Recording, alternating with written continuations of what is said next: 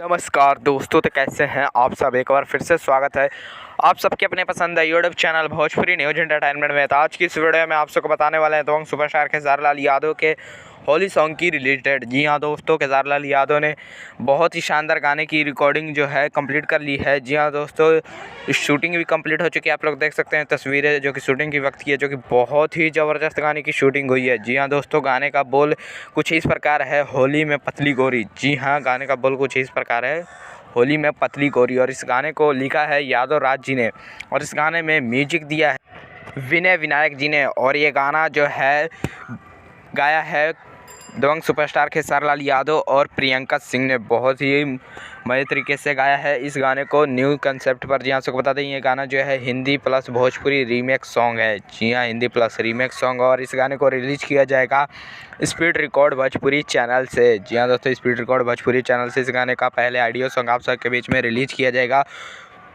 फरवरी के। जी हाँ, फरवरी के पहले हफ्ते में खेसारी लाल यादव के सारे ऑडियो सॉन्ग रिलीज किए जाएंगे होली के, और दूसरे हफ्ते में फरवरी के सभी वीडियो सॉन्ग जो है आप लोग को सुनने को मिलेंगे खेसारी लाल यादव के होली सॉन्ग के। तो आप लोग तैयार रहिए, बहुत जल्दी ये गाना भी आप सबके बीच में आ रहा है।